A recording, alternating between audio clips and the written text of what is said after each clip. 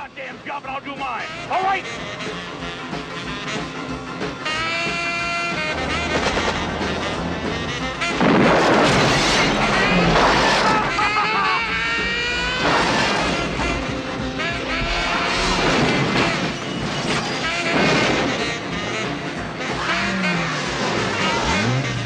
Fucking A!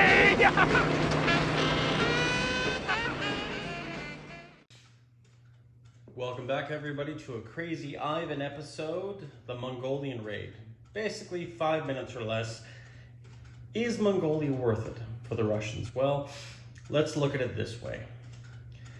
Historically, I know some players don't see this as a plausible thing that could have happened, and you can argue it either side. But let me put it to you this way. Would a waiter in Paris, or a farmer in Wyoming, or a London busboy, do you think they would have gone to war or cared about going to war over the Russians invading Mongolia? Probably not. And that's basically where I come to this. Is Mongolia a smart move for the Russians? And is it an historical or realistic historical plausibility? And I say yes to both. The reason why I say that is because there was several different political situations during the Second World War, prior and during, between the Mongolian governments, the Japanese governments, the Chinese governments, the Russian governments.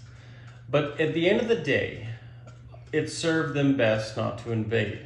But you're starting this war in 1936, and ultimately, you have an objective to gain more victory points than anybody else.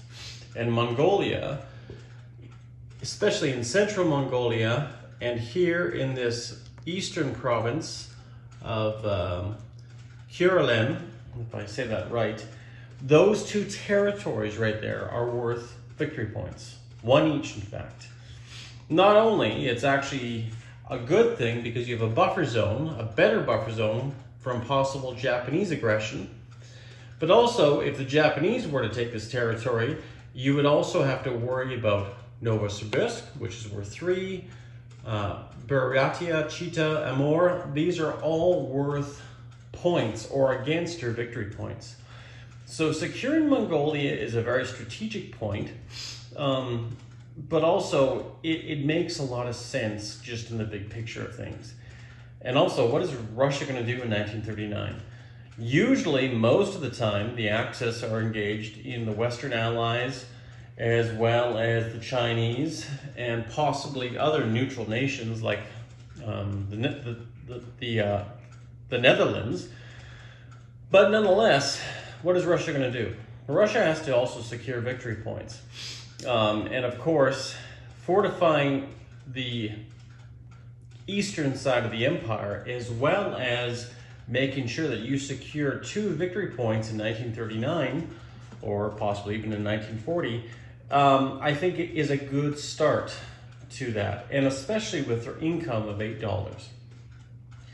$8 is painful to play 4 or 5 turns back to back, and it all depends as the Russian player what you decide to do with those $8. You could save them easily, but at the same token, you do need to build some forces up to attack these certain territories.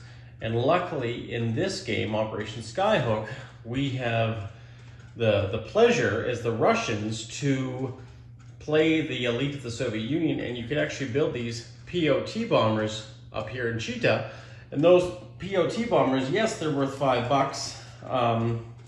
but they're about half the price of a regular fighter, and they do half the damage as well. So in some regards, they're not bad, but it is really good for the expansion overall. So depending on the expansions you play with, whatever they might be, the game can be very entertaining, especially if you're going after Mongolia.